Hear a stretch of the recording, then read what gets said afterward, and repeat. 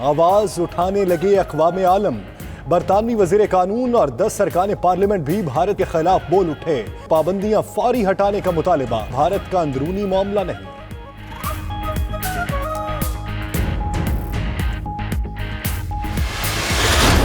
हमें इनसे तोके है कि किसी जगह ये लॉ एंड ऑर्डर का मसला पैदा नहीं करेंगे और ये एक कॉन्स्टिट्यूशनल अदारा है और इस वक्त वहाँ फॉरेन फंडिंग की प्रोसीडिंग हो रही है, केस लगा हुआ है, इसलिए हम इनके रास्ते में कोई रुकावट नहीं बनेगी। मैं मौलाना फजलुर रहमान साहब से कहूँगा कि मेहरबानी करें, वो आलम दीन है, वो इस्लाम की तरफ देखें। इस्लामाबाद उनकी नसीब में नहीं है, देखना छोड़ दें। हुकूमत का इलेक्शन कमीशन के सामने एहतजाज में रुकावट न डालने का ऐलान। वजीर दाखिला शेख रशीद ने कहा, उम्मीद है ऑपोजिशन कोई मसला पैदा नहीं करेगी। फजलुर रहमान के नसीब में इस्लामाबाद नहीं है।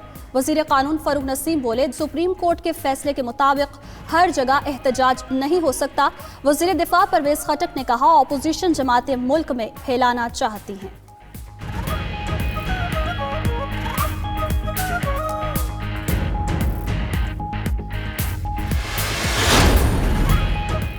सादिक और अमीन की सनद रखने वाले सिलेक्टेड ने मान लिया। कहता है उसने नहीं, उसके मुकर्रर करदा एजेंट्स ने की है।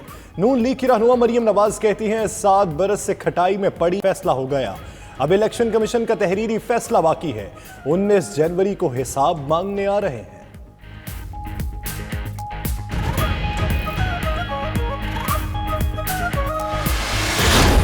इन्होंने तो हमेशा ये टैक्टिक्स इस्तेमाल किए हैं और वही जिस तरह के प्राइम मिनिस्टर साहब कहते हैं कि ये एनआरओ मांग रहे हैं और वो इनको देंगे नहीं। इसीलिए ये सारी जो पीडीएम की जो एक पूरी एक वो बनी हुई है और जिसका कि अब ये आने वाले हफ्ते में भी ये मुजाहरा करेंगे, इससे क्या जाहिर होता है कि ये हर वो हरबा इस्तेमाल कर सकते हैं और हम इंशाल्लाह ना अब तक आए या ना आइंदा आएंगे। ऑपोजिशन हुकूमत को मिलाना चाहती है लेकिन कामयाब नहीं होगी। विफाकी वज़ीर इत्तलात शिबली फराज की प्रोग्राम हो क्या रहा है में बातचीत। बोले, कुछ हम ख्यालों ने तहरीक इंसाफ को फंड्स दिए। नून लीग और मौलाना इलेक्शन कमीशन के सामने एहतजाज करने आए तो सबूत भी साथ लाएं। ये ज़रूर बताएं उन्होंने खुद किस से कितने पैसे लिए।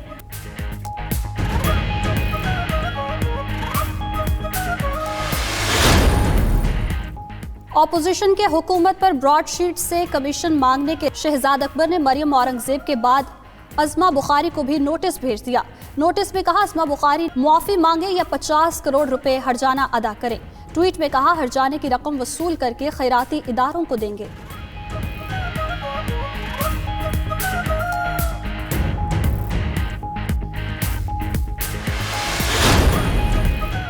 शाहिद खाकान ने ब्रॉडशीट केस पर सुप्रीम कोर्ट से आज खुद नोटिस लेने की अपील।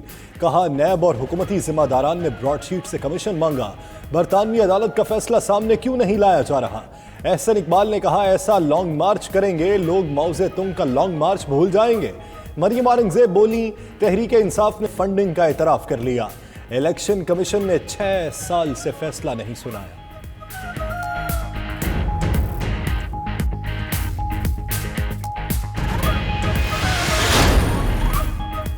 19 जनवरी को पीडीएम के एहतजाज से पहले इलेक्शन कमीशन का सरप्राइज।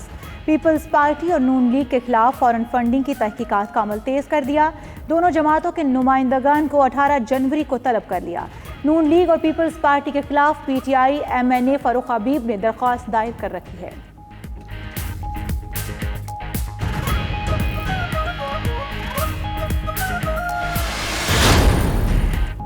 आइन में मुख्तलिफ बॉडीज के इंतखाबात का जिक्र मौजूद है। सेनेट इलेक्शन से मुतालिक सदारती रेफरेंस पर समाअत के दौरान चीफ जस्टिस गुलजार अहमद के रिमार्क्स।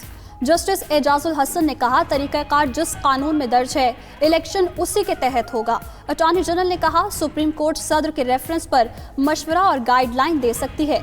ओपन बैलेट के लिए आर्टिकल 226 में तरमीम जरूरी है।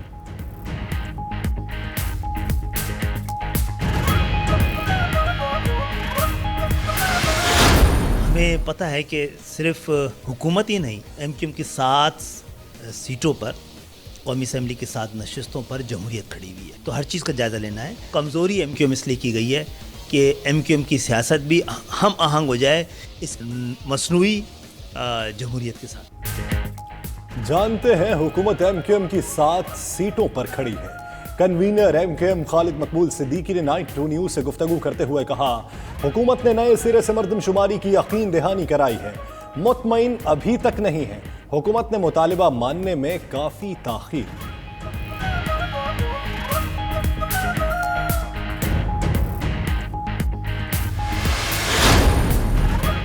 आपने अपने साथ काम करने का मौका दिया, बहुत कुछ सीखा। नदीम अफजल चंद की वज़ीर-ए-आज़म को इरसाल इस्तीफ़े की तफसीलात। मज़ीद लिखा, इत्तेमाद और जिम्मेदारियां देने पर वज़ीर-ए-आज़म के मशकूर हैं।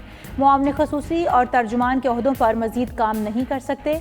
शिबली फराज कहते हैं, नदीम अफजल ने तहरीक इंसाफ नहीं छोड़ी, इस्तीफ़ा मंजूर या मुस्तरद करना इमरान खान की सवाबदीद है।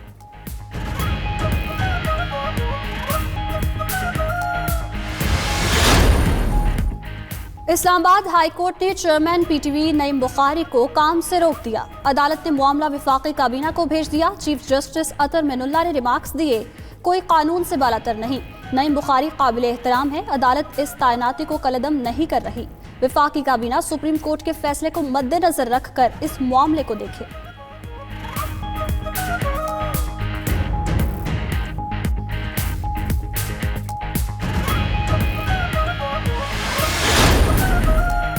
अज़रबैजान के वज़ीर ख़ारजा की वज़ीर-ए-आज़म से मुलाकात। इमरान खान का आज़ाद कराए इलाकों में तरक्की के लिए ताउन के अज़्म का इजहार।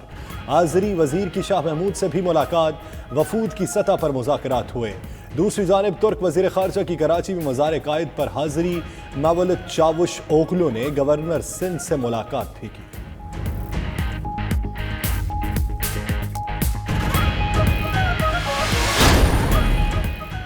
लाहौर की 1 अरब में होने वाली सफाई 7 अरब तक पहुंच गई। सूबाई वजीर मियां असलम इकबाल कहते हैं, लाहौर में सफाई के नाम पर लोगों की जेबों और खजाने की सफाई की गई।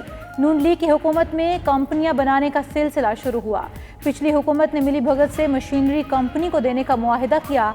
मुआविन ख़ुसूसी फरदौस आशिक बोली, लाहौर की सफाई के मुतालिक इक़दामात से आइंदा दिनों में आगाह करेंगे।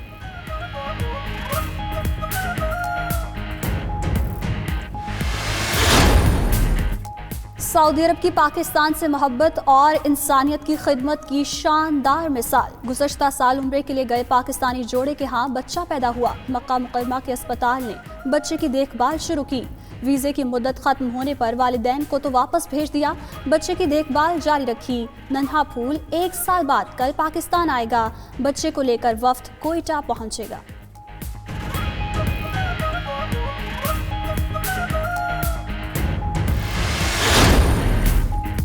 सरबराह पाक फ़ज़ाइया की तुर्की के वज़ीर दिफा हुलूसी आकार और chief of general staff general Yasar Guler से मुलाकात। Air chief marshal Mujahid Anwar ने कमांडर तुर्क फ़ज़ाइया जनरल हसन कुकू काक्यूस से भी मुलाकात की। कहते हैं, तुर्की के साथ दिफाई पैदावार, कौमी सलामती और तरबियत के शोबों में ताउन को फ़रोग़ दिया जाएगा।